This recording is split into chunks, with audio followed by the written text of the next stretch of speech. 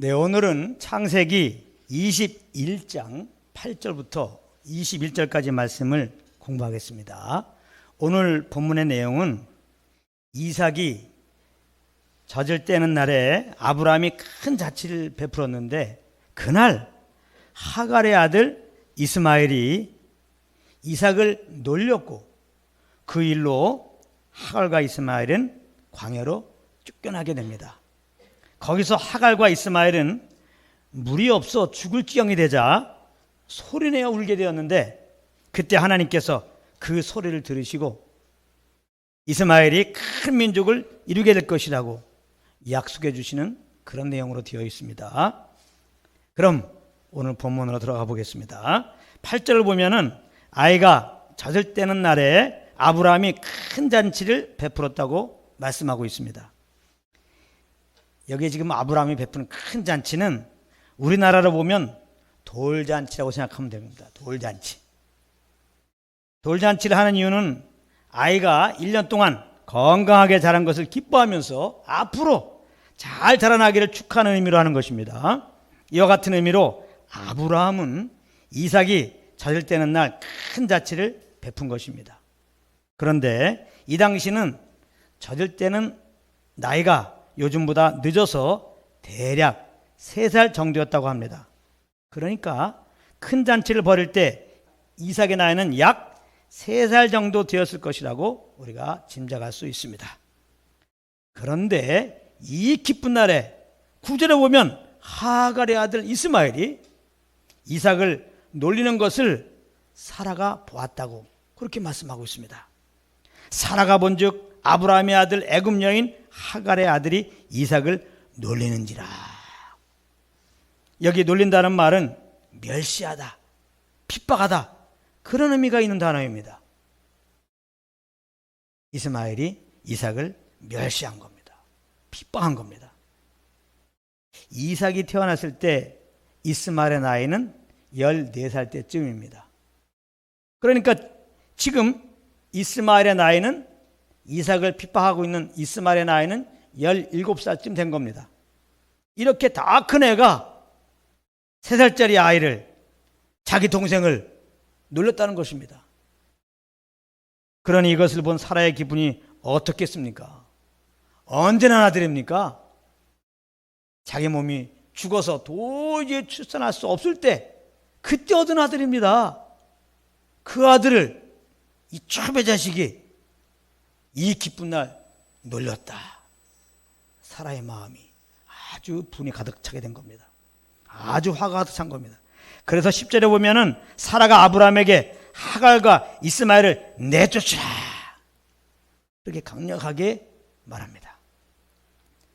그런데 여기서 잠시 생각해 볼 것이 있는데 아니 진짜 왜 이스마엘이 자기 동생 젖대는 날 축하는 못해줄 망정 그 어린 동생을 놀렸을까요? 한번 생각해 보셨습니까? 그것은 자기가 아버지의 유업을 받지 못하게 되었기 때문에 그런 것입니다. 10절에 보면 사라가 아브라함에게 하갈과 이스마엘을 내쫓으라고 하면서 이렇게 말합니다. 이 종의 아들은 내 아들 이삭과 함께 기업을 얻지 못하리라 하리라 그랬습니다. 이삭이 태어나기 전까지 아브라함의 상속자는 이스마엘이었던 것입니다. 물론 상속은 정실 부인의 아들이 있는 것이지만 사라에게는 아들이 없었기 때문에 그동안 하갈과 이스마엘은 자기들에게 그 상속권이 주어질 줄 알고 내심 기대하고 있었던 것입니다. 그럴 수밖에 없었던 것이 아브라함과 사라가 아이를 출생할 수 없을 만큼 늙었기 때문입니다. 그런데 어느 날 아이가 태어난 것입니다. 그리고 3년을 지내오는 동안 당시 의학이 발달하지 않았기 때문에 이런저런 문제로 아이들이 일찍 죽을 수도 있었기 때문에 혹시 언제 죽을 수도 있어 이런 마음을 가지고 기다렸는데 죽기는커녕 이렇게 건강하게 자라나서 큰 잔치에 축하를 받고 있는 모습을 보니 당연히 이스마엘은 화가 났던 것이고, 그래서 이삭에게 그날 화풀이를 했던 것입니다. 그래서 그것을 목격한 사라가 하갈과 이스마엘을 쫓아내려고 했던 것이고요. 그렇다면 이 사건을 통하여 하나님께서 우리에게 말씀하신 바가 무엇입니까? 사도 바울은 성령의 감동함을 따라 이것을 갈라디아 4장에서 잘 설명해 주고 있습니다. 한번 잘 들어보십시오. 갈라디아 4장 22절부터 24절까지 말씀입니다. 기록된 바 아브라함에게 두 아들이 있으니 하나는 여종에서 하나는 자유 있는 여자에게서 낳다 하였으며, 여종에게서는 육체를 따라 낳고 자유 있는 여자에게서는 약속으로 말미암았느니라. 이것은 비유라고 말씀합니다. 이 여자들은 두 언약이라 하니 신의 산으로부터 종을 낳은 자니 곧 하갈이라. 하갈과 사라, 이스마엘과 이삭 사이에 벌어진 일들은 비유라는 겁니다. 비유.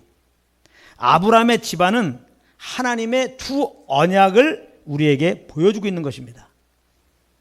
이 여자들은 두 언약이라 이렇게 말했어요. 하갈은 옛 언약을 상징하는 거고, 사라는 새 언약을 상징한다는 것입니다. 하갈은 율법을 상징하고 사라는 은혜를 상징한다는 말입니다. 그래서 이스마엘은 육체를 따라 난 자로서 옛 언약에 속한 자를 상징하고, 이삭은 약속을 따라 난 자로서 새 언약 아래에 있는 자를 상징하는 것입니다. 그런데 이스마엘이 이삭을 핍박했습니다. 그래서 이것은 육체를 따라 난 자가 성령을 따라 난 자를 핍박한다는 의미인 것입니다. 세상이 믿는 자들을 핍박한다, 그런 말입니다.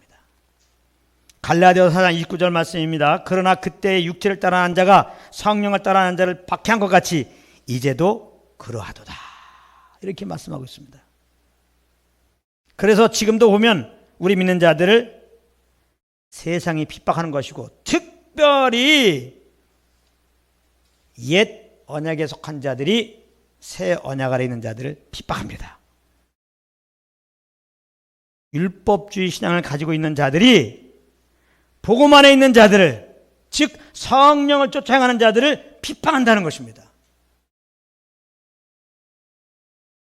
처음에는 이스마엘과 이삭이 함께 했었습니다. 그러나 이삭이 자절된 다음에는 이스마엘의 핍박 때문에 하나님은 하갈과 이스마엘을 쫓아내라고 하셨습니다. 이스마엘과 이삭을 분리시킵니다. 11절에 보면은 하갈과 이스마엘을 쫓아내라고 하는 사라의 말을 듣고 아브라함이 매우 근심하였다고 말씀하고 있습니다. 당연한 것입니다. 이스마엘도 자기의 아들이기 때문에 그렇습니다. 그런데 12절에 보면 그때 하나님이 나타나셔서 아브라함에게 근심하지 말고 사라 말을 들으라고 말씀하십니다. 왜 이렇게 말씀하셨을까요? 그렇지 않으면 이삭이 다치게 되기 때문에 그런 것입니다. 이스마엘은 17살이에요. 이삭은 겨우 3살입니다. 이와 같이 우리가 신앙이 어릴 때는 율법주의자들과 함께 양육을 받을 수 있지만, 여기서부터 잘 들으세요. 젖을 뗄 때가 되면 이제 그들로부터 나와야 된다는 것입니다.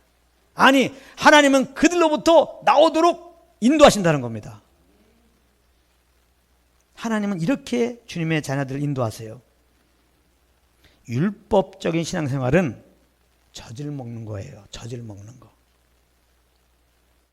은혜 아래 신앙생활은 단단한 음식을 먹는 것입니다. 율법 아래 삶이 초등학생 수준이라면 은혜 아래 삶은 어른의 수준인 것입니다. 예를 들어 보겠습니다. 율법은 간음하지 말라고 그랬어요. 간음하지 말라.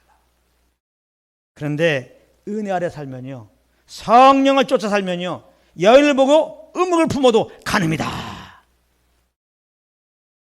이런 깨달음이 옵니다.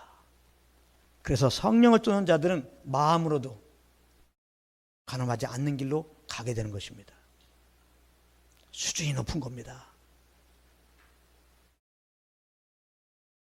그러므로 하나님은 처음에는 우리를 율법 아래서 야육되는 것을 허락하시지만 때가 되면 은혜 아래로 완전히 빼내는 것입니다. 하나님은 하갈과 이스마엘을 내쫓으라고 하시면서 이런 말을 하셨습니다. 12절 13절입니다. 이삭에게서 나는 자라야 내 씨라 부를 것입니다. 다시 말합니다. 이삭에게서 나는 자라야 내 씨라 부를 것임이니라. 다시 한번 말합니다. 이삭에게서 나는 자라야 내 씨라 부를 것임이니라. 그러나 여종의 아들도 내 씨니 내가 그로 한 민족을 이루게 하시리라 하신지라. 여종의 아들 이스마엘이 아브라함의 씨라는 겁니다. 당연한 것이죠. 아브라함이 낳았기 때문에요. 그러면 이삭은 어떻습니까? 이삭도 아브라함이 낳았죠. 그러니까 이삭도 내 씨다 그래야 되는데 오히려 여기 보면은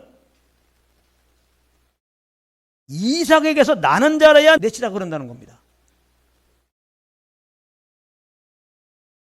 이 말은 곧 이삭은 아브라함의 씨가 아니라는 말이에요.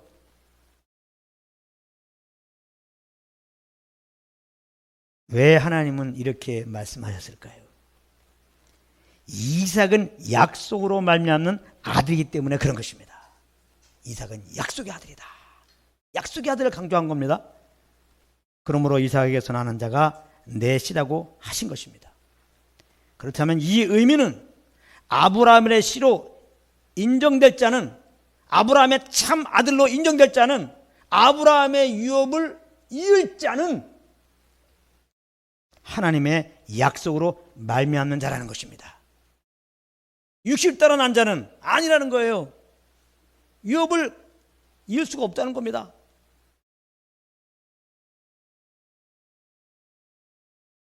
이 말씀은 곧 하나님의 아들로 인정되는 것은 하나님의 약속 따라 오신 예수님을 믿음으로 말미암는 것이지 사람의 행위에 있지 않다는 말씀인 겁니다.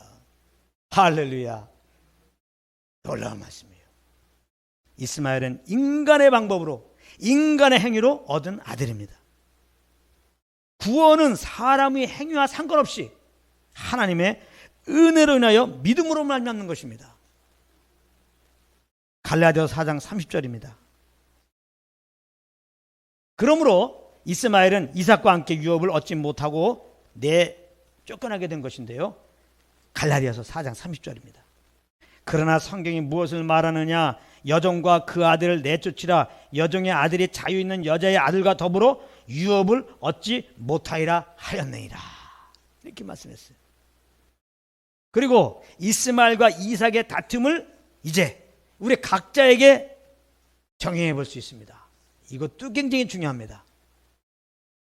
성경 말씀이 나와 관계를 맺어야 돼요. 그렇지 않으면 아무 소용이 없습니다. 그렇다면 우리 안에는 이스마엘과 이삭이 있다는 것입니다.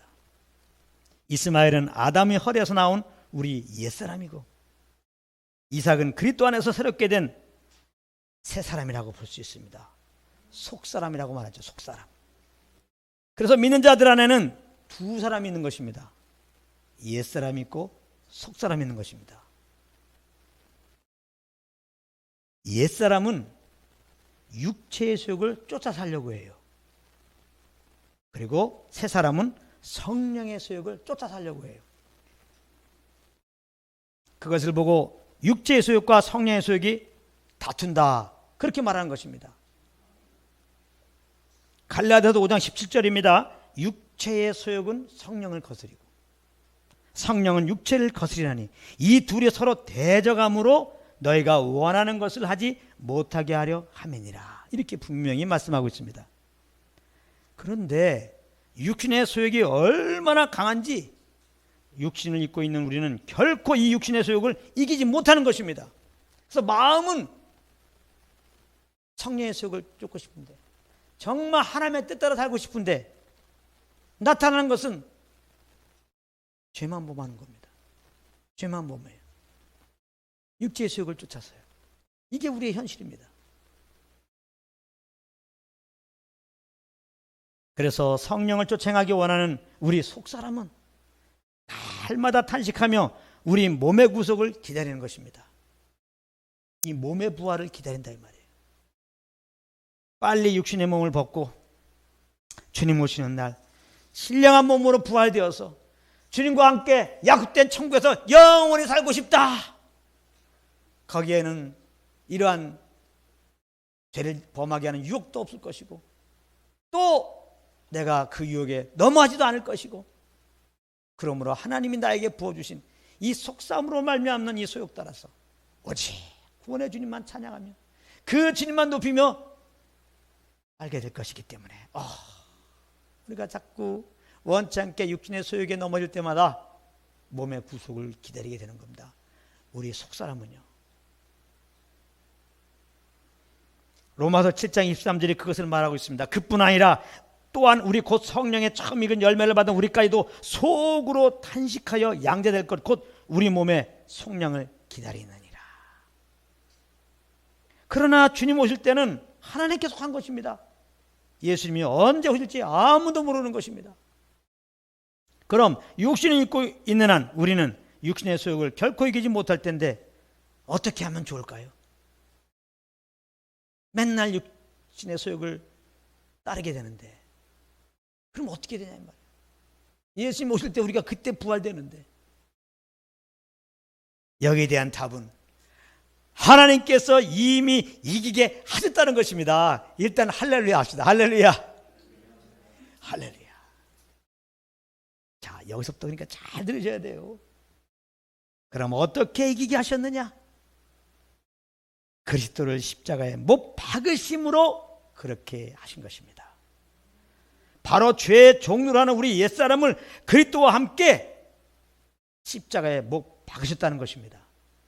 로마서 6장 4절이 그걸 증가하고 있는데요. 그러므로 우리가 그의 죽으심과 합하여 세례를 받음으로 그와 함께 장사되었나니.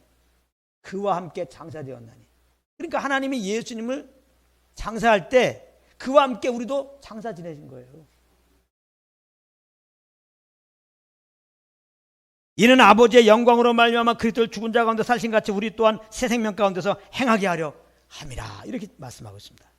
그래서 이제 우리가 육신의 소욕을 이기지 못하고 그 소욕을 쫓는 것은 내가 그리스도와 함께 십자가에 못 박혀 죽었음을 몰라서 그런 것입니다. 그러므로 우리는 날마다 주 예수 그리스도와 그의 십자가에 못 박힌 것을 알기에 힘써야 되는 것입니다. 이것이 예수 믿고 구원받은 우리가 유일하게 할 일이에요. 유일하게 정할 일이야 이 말이에요. 그래서 사도 바울은 평생 우리 주 예수 그리스도와 그의 십자가에 못 박힌 것만 알기로 작정하였다. 그렇게 말씀하고 있는 겁니다.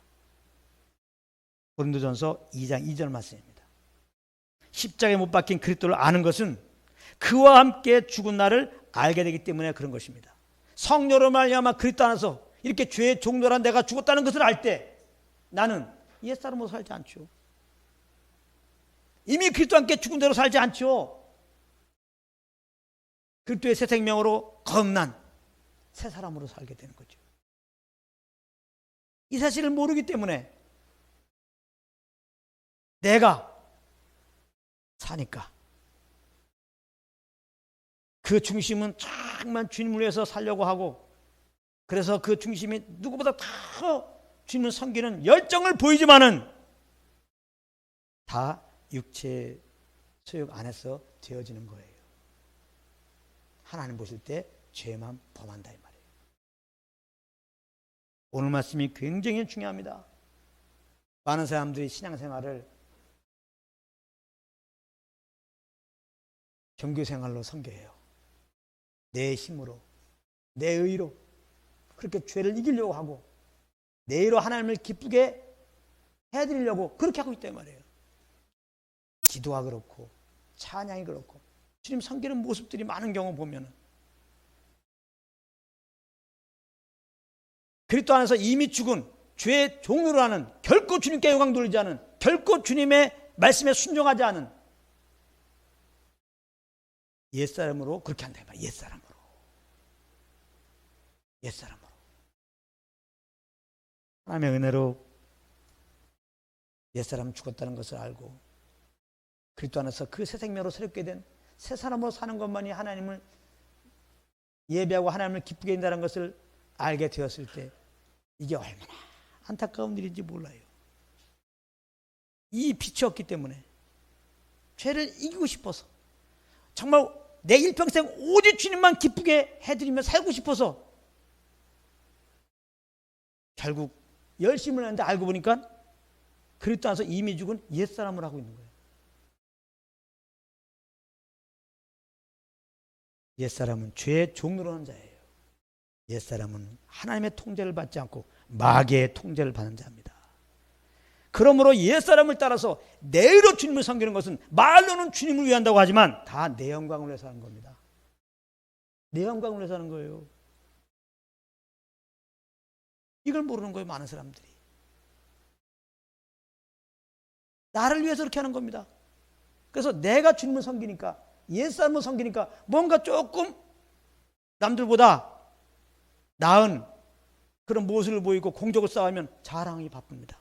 자기를 나 이렇게 했어, 나 이렇게 기도했어, 나 이렇게 찬양했어, 나 이렇게 전도했어.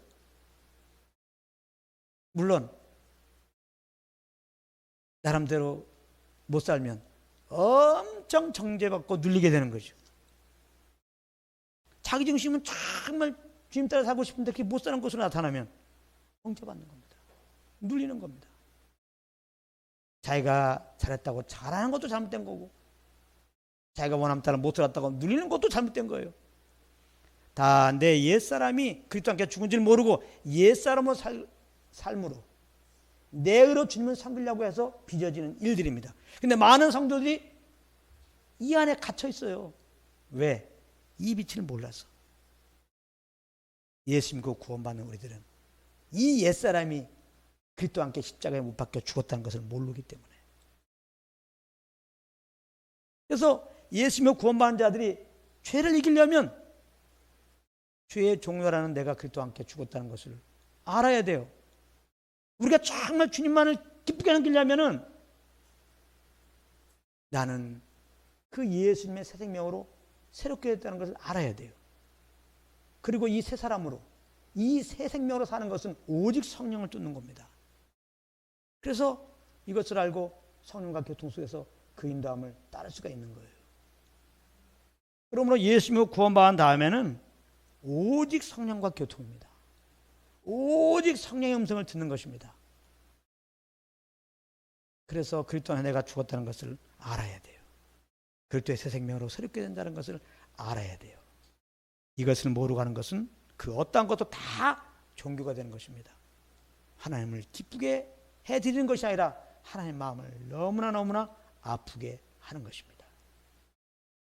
그러므로 우리는 항상 내가 십자가에서 그리스도와 함께 십자가에 못 박혀 죽은 존재인 것을 알려주는 성령의 음성을 듣기에 힘써야 되는 겁니다. 그걸 구하는 거예요. 하나님 아버지, 예수 그리스도를 알게 하소서. 나를 위하여 죽으신 예수 그리스도, 그 그리스도와 함께 죽은 나를 알게 하소서. 그러므로 내가 살지 않게 하시고, 그러므로 오직 내가 주님만 신뢰하며 주의 인도함을 따름으로 하나님을 예배하는 그런 예배자의 삶이 될 수 있도록 도와주십시오. 이렇게 아버지께 구하는 것이 우리가 유일하게 이 땅에서 해야 할 것입니다. 그 응답을 따라서 하나님이 이렇게 죄에 대해 준 것을 알게 하시고 예수 그리스도의 새 생명으로 살게 된 것을 알게 하시고 그 생명으로 사는 것은 성령을 쫓아 사는 것이라. 그래서 우리가 성령을 쫓아 그냥 우리는 살면 되는 겁니다. 그게 딱 아버지께 예배 드리는 거예요. 그러니까 이제는 주일날 나오는 게 1등 신자고 11조 잘하는 게 1등 신자고 맡은 일 충성하는 게 1등 신자고 No.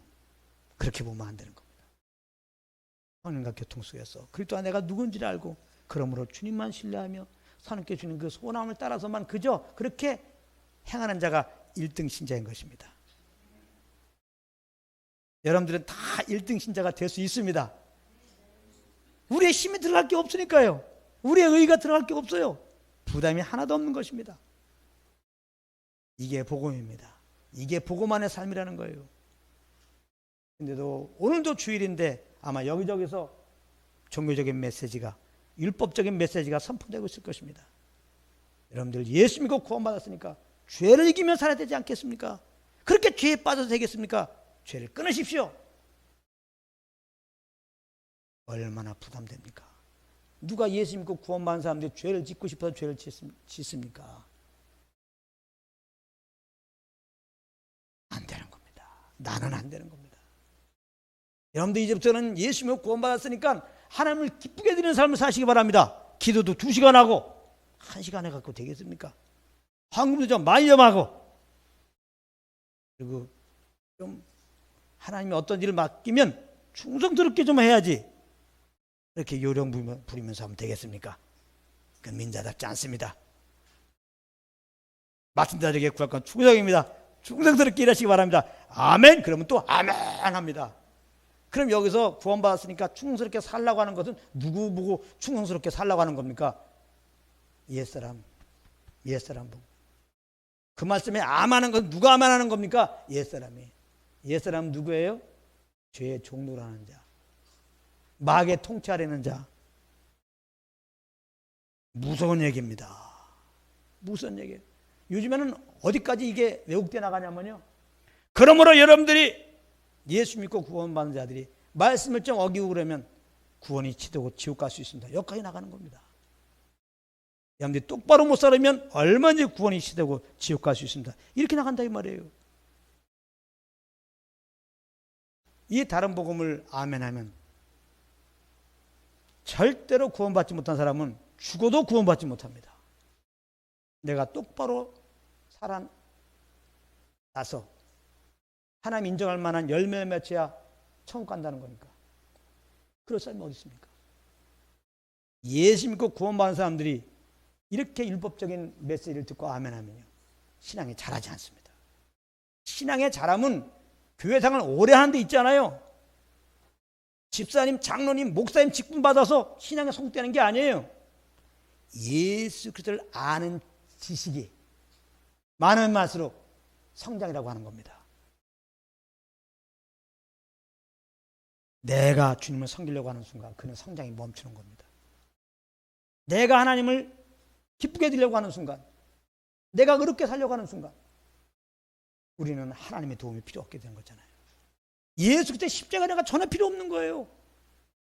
그래서 그리스도에게서 끊어지고 그 받은 은혜에서 떨어지는 자다 이렇게 표현하는 겁니다. 그런데 요즘에 너무나 많이 이 다른 복음이 예수님을 선포되고 있어요. 교회라고 하는 곳에 선포되고 있어요. 조심해야 됩니다. 여러분들이 유튜브에 나오는 많은 설교를 들으십시오. 또 많은 기독교 사역도 보십시오. 그러나 분별할 수 있어야 되는 겁니다. 그 메시지가 죄의 종로라는 이 옛사람으로 내 의로 그렇게 결론적으로 주님을 섬기게 인도하는 거라면 그건 다른 복음입니다. 거기에 대해서는 귀를 닫으세요. 책을 덮어버려요. 그런 모임에서 떠나라 이 말입니다. 그게 성경에서 말하는 거예요. 오늘 말씀하는 거예요. 이스마엘을 쫓아내라고 그러잖아요. 율법적인 신앙생활하는 자들과 단절해야 되는 겁니다. 그렇지 않고 여러분들이 이걸 분별하지 못하고 그냥 아멘 아멘 하게 되면은 여러분들은 그리스도를 자꾸 잊어버려요. 그 십자가 은혜를 잊어버려요. 여러분들 열심만 일어납니다. 그래서 자유함이 없어져요. 내가 주님을 잘 섬겨야 되니까 내가 또 기도해 드려야 되고 내가 또 찬양해 드려야 되고 내가 또 전도해야 되고 이런 거 좋지만은 내가 여러분들 하려고 해보십시오. 끝이 없는 겁니다. 아니 얼만큼 기도해 드려야 주님이 기뻐하시는가, 얼만큼 전도해 드려야 하나님이 기뻐하시는가, 도대체 얼만큼 헌금해 드려야 하나님이 기뻐하시는 겁니까? 답이 없어요 여러분들. 그런 말 있죠. 사람 미치는 겁니다. 그래서 많은 성도들이 지금 영적으로 미쳐 있어요. 모한 분들이 정말 내일로 열심히 다른 복음에 입각해서 주님을 정말 잘 섬기려고 했던 자들이 지금 다 미쳐 있습니다. 어떻게 할지 모르는 거예요. 영적인 방황이 지금 있는 겁니다. 어떻게 내가 내 힘으로 주님을 잘 섬기려고 했는데 주님과 멀어졌기 때문에 내 영혼에는 주님이 주는 기쁨과 안식이 없는 겁니다. 열심히 하면 할수록 더 부담이 되는 겁니다. 오늘 1시간 기도했으면 내일은 2시간 기도해야지 하나님이 기뻐할 것 같아요. 2시간 기도합니다. 그 다음에는 만족이 안 되는 거예요. 왜? 내가 하니까 나는 욕심이잖아요. 욕심으로 하는 거니까요. 욕심이 끝이 있습니까? 그럼 3시간 합니다. 3시간 한 다음에는 만족이 되는 줄 압니까? 4시간 해야 될 것 같아요. 내 의로 섬기는 것은 정욕으로 하는 거기 때문에요. 그러니까 안식이 없는 거예요. 열심히 섬길수록 더 눌리는 거예요. 그래서 종교적으로 내가 열심히 신앙생활하는 사람 보십시오. 누구보다 눌려 있습니다. 그런 사역자들 보십시오. 누구보다 눌려 있어요. 얼굴이 시커매요. 저는 어릴 때 왜 그런지 몰랐어요. 교회에서 기도를 많이 하는 그런 집사님이신데 툭 하면 기도원 가서 앉아있는데 얼굴은 제일 시커매. 목소리는 제일 은혜스러워. 안녕하세요. 그런데 교회에서 어떤 문제가 생겼다. 그럼 그 문제의 원인이 그분이야. 참 교인들 이간질 시키고 참 난 그게 이해가 안 돼요. 그분들 대표기도 시키면요 얼마나 기도를 잘하는지 몰라. 청산유수입니다. 아니 그런데 어떻게 그렇게 교회 문제덩어리라 이 말이에요. 저는 이해가 참 안 갔지만은 주님의 은혜로 복음을 안 다음에 이해가 되었어요. 이분이 은혜의 복음을 몰라서 그런 것이구나. 다른 복음을 따라서 신앙생활해서 그런 거구나. 나는 그리스도 함께 죽었는데 내가 주님을 섬기려고 해서 그런 거구나. 바리새인들에게 예수님이 하신 것처럼 열심히 있지만 지식이 없었구나. 바리새인들이 열심히 하나님을 섬긴다고 그랬지만 예수님을 아는 지식이 없어요. 그러니까 예수님도 부인하고 예수님 필요 없어. 여전히 내 힘으로 내 열정으로 그 율법을 지키고 하나님을 잘 섬기려고 했단 말이에요.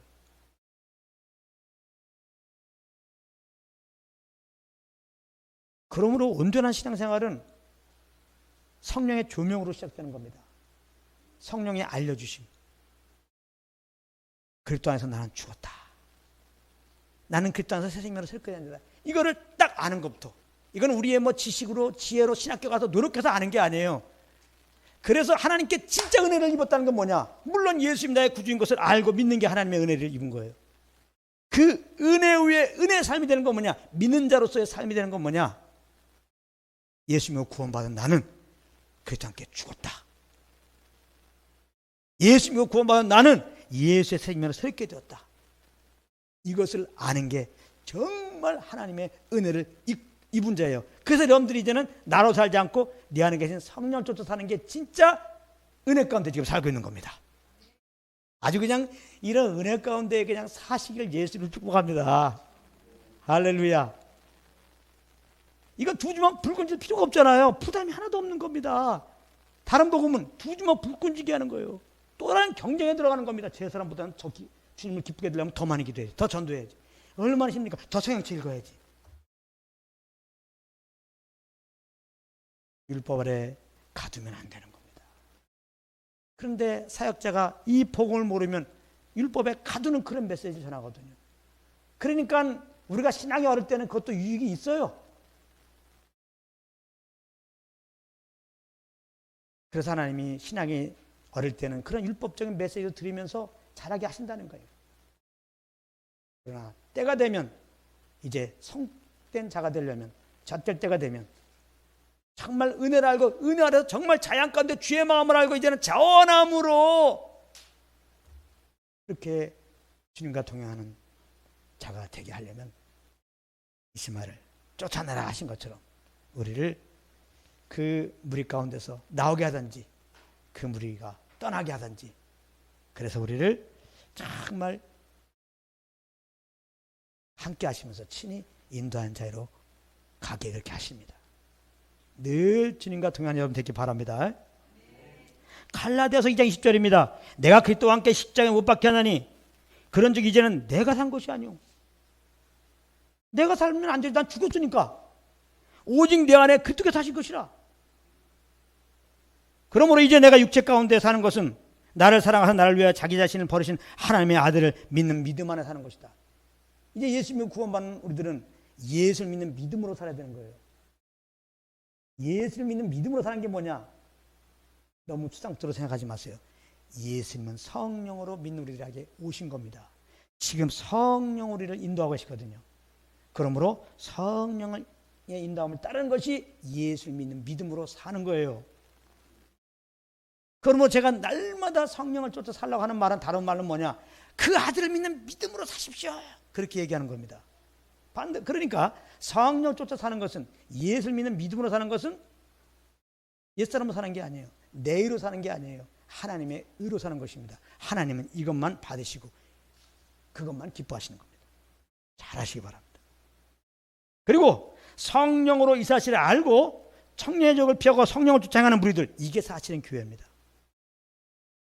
예수 믿고 모인 무리들이 또 모일 때 인도하시는 성령을 쫓아서 무엇을 하는 것, 이게 교회라고 하는 겁니다. 그런 교회와 함께 해야 되는 것입니다. 혼자는 약해요. 교회와 함께 할 때 우리의 중심이 보호되어지고, 그 또한 내가 누군지를 알게 되고, 온전히 성령을 쫓는 무리들과 함께 나도 연약하지만 팔딱 일어나서 함께 성령을 다시 쫓는 자리에 갈 수가 있는 것입니다. 이렇게 할 때만이 우리는 성령을 쫓아 행함으로 육체의 속을 이기며 살 수가 있는 것입니다. 14절부터 21절까지 내용을 보면 하갈과 이스마엘이 부할세바 광야로 쫓겨나서 방황하게 됩니다. 그런데 의아한 것은 하나님이 그들을 쫓아내라고 하셔놓고는 그들을 엄청 위하고 있으면 봅니다. 잘 보세요. 10절에 보면은 두려워하고 있는 그들에게 두려워하지 말라는 겁니다. 18절에서는 이스마엘의 큰 민족을 이루게 하실 거라는 겁니다. 아주 큰 민족을 이루게 한다는 거예요. 부자 되게 한다는 겁니다. 이 세상에서 형통하게 하신다는 거예요. 19절에서는 하갈의 눈을 밝히셔서 샘물을 보고 물을 마시게 하셨어요. 죽지 않게 하셨어요. 그리고 20절에 보면 하나님이 그 아이와 함께 계셔서 이스마엘이 활선원자가 되게 하셨다는 겁니다. 한 분야의 전문가가 되게 하신 거예요. 자, 그렇다면 하나님께서 육체를 따라 난 자식, 약속의 자녀를 핍박하는 이 자식, 그러면 안 되기 때문에 쫓아버린 이 자식을 왜 이렇게 위하고 있는 것일까요? 이렇게 위한다는 의미가 무엇일까요? 하나님은 믿지 않는 자들에게도 이 땅에서 풍성한 삶을 허락하신다는 겁니다. 하나님의 일반 은총인 것이죠. 선인과 악인에게 비를 내리시고 빛을 비춰주시고, 우리는 악인들은 하늘마다 망했으면 좋겠죠? 꿈 깨세요. 절대 그런 일 없습니다. 절대 그런 일 없어요. 아주 굶어 죽었으면 좋겠죠? 그래서 하나님은 상상할 수 없이 큰 사랑의 하나님이에요. 할렐루야. 만약에 악인들을 악한 짓에서 죽일 것 같으면 사실 여러분, 우리도 다 벌써 죽어도 한참 죽을 자들이었어요. 하나님의 이 큰 사랑 가운데 보호하고 계셨다가 특별한 은총, 어느 날 복음에 계실 우리에게 비춰주시고 그 예수님을 알게 하시고 믿게 하셔서 또 이렇게 우리에게 구원을 베푸신 거였거든요. 할렐루야. 그러니 우리는 이거 기본적으로도 이런 죄덩어리를 용서하시고 이렇게 풍성하게 이 땅을 살 동안 이렇게 지켜준 것도 감사한데, 이렇게 우리를 예수 믿고 구원받겠으니 우리는 얼마나 감사해야 돼요. 할렐루야. 감사해야 되죠. 가인의 후손에게도 보면은 우리가 다 공부했지만 얼마나 풍성한 삶을 허락했습니까? 지금 마찬가지로 육신의 자녀인 이스라엘에게도 지금 큰 복을 약속하신 것입니다. 그런데 우리가 알아야 할 것은, 이 세상의 복이라고 하는 것은 참 복이 아니라는 거예요. 그러니까 세상 사람들이 하나님의 복 주신 것에 대해서 시기하지 마세요. 참 복이 아니에요. 왜냐하면 그것은 다 썩어 없어질 것이기 때문에 그렇습니다. 그리고 아무리 이스마엘이 이 땅에서 풍성한 복을 받았다고 해도 그는 약속으로 말미암은 자녀가 아닌 것입니다. 아시겠어요? 세상 사람들이 아무리 이 땅에서 잘 먹고 잘 산다 하도록 그들의 끝은 하나님의 심판이고 영원한 불족이라 이 말이에요. 그들의 풍성을, 그들의 부유함을, 그들의 잘됨을 시기할 거 없다는 거예요. 그래서 어떻게 보면 육신으로 난 자녀에게 이 땅에서 복을 주시는 것은 바로 약속으로 난 자녀들을 위해서 그런 겁니다. 이게 무슨 말이냐? 하나님은 육신으로 난 자들의 복을 허락하시면서 그들로부터 조롱과 핍박을 당함을 허락하시는 거죠. 세상 사람들 나름대로의 그 부유함과 명예와 권력을 가져보십시오. 그냥 자기에게 못 믿는 사람들을 그러자도 조롱하고 그러는데, 우리 믿는 자들, 예수님 우리의 주님이라고, 주님이 좋다고, 주님 위에서 산다고 우스운 거죠. 가소로운 거죠. 이런 세상의 복을 허락하시면서 우리가 그들로부터 조롱과 핍박을 당하게 하시면서 하나님의 자녀인 것을 드러내기 원하는 거예요. 하나님의 자녀답게 단련해서서 하나님의 자녀답게 빌립보서 2장에 보면 빛들로 드러나게 하기 위해서 그런 것입니다. 그렇게 어려움을 당하면 당할수록 그들과 같이 인간적인 방법으로 이 세상을 이기려고 하는 것이 아니라 오히려 그리스도 안에 있는 내 자신이 누군지를 바라보게 하는 것입니다. 그러니까 세상에서 어려움 당하면, 뭔가 핍박 당하면 알았어, 그래갖고 다시 그냥 옛사람이 발동돼가지고 여러분들 지혜와 능력을 따라서 그들보다 좀 나으려고 그렇게 하지 마십시오. 또 이런 사람도 있죠. 우리가 세상 사람들보다 뭐 하든지 성공을 해갖고 세상에 거룩한 영향을 끼칩시다. 이거 진리 아닙니다. 그 진리 아니에요. 우리가 세상에 거룩한 영향력을 끼치려면 세상으로부터 우리가 사정없이 핍박을 받아야 돼요. 아주 망해야 돼요. 내가 자랑할 수 없을 만큼 완전히 다 실패해버려야 돼요. 그러면 망하는 게 아니죠. 거꾸로 뜨림을 당해도 망하지 아니하고 우리 안에 계신 주님이 나타나는 거예요. 할렐루야. 옥합이 깨져야 그 안에는 향유가 나올 거 아닙니까? 아시겠어요? 내가 열심히 살아서 내가 성공해서 그러므로 거룩한 영향을 끼치자고 하는 거 아니에요. 이것도 잘못된 메시지예요. 성경은 그렇게 말하고 있잖아요. 사도 바울이 고백하기를 이 죽을 몸에 그리스도의 생명이 나타나기를 원하는 거예요. 하나님은 그런 길로 우리를 인도한다 이 말이에요. 그러니까 여러분들이 세상적으로 볼 때 형편없이 살고 뭐 하나님마다 망하고 낭만거리가 아니에요. 세상보다 뒤치는 거 신경 쓸 거 없어요. 어떻게 보면 하나님 플랜을 볼 때 당연한 겁니다. 그때 하나님의 그 원하심 따라서 자꾸 여러분들 신뢰하는 거 내려놓으세요. 누구보다 더 잘 살고 했던 거 내려놓으세요. 여러분들 자랑하려는 거 내려놓으라고. 그럼 되는 거예요. 여러분들 야망을 내려놓아요. 그리고 그리스도를 바라보시고 그 안에 있는 나를 바라보시고 그리스도 안에서 나에게 약속하신 그 하나님의 약속을 바라보세요. 그렇게 하게 하시려고 이 세상 사람들의 부유를 허락한 거라니까요. 그러므로 우리는 어려움을 당할 때 낭망할 것이 아니라 우리에게 주신 그 약속을 꼭 바라보는 은혜가 있길 바랍니다. 날마다 우리 함께 서로 사랑과 선행을 격려하면서 이 세상의 번성과 핍박에 흔들리지 말고 성령을 쫓아 우리에게 약속된 그 소망을 굳게 잡음으로 그러므로 말미암아 우리야말로 진정한 하나님의 아들임을 밝히 드러내는 그런 삶이 되시기를 예수님의 이름으로 축복합니다.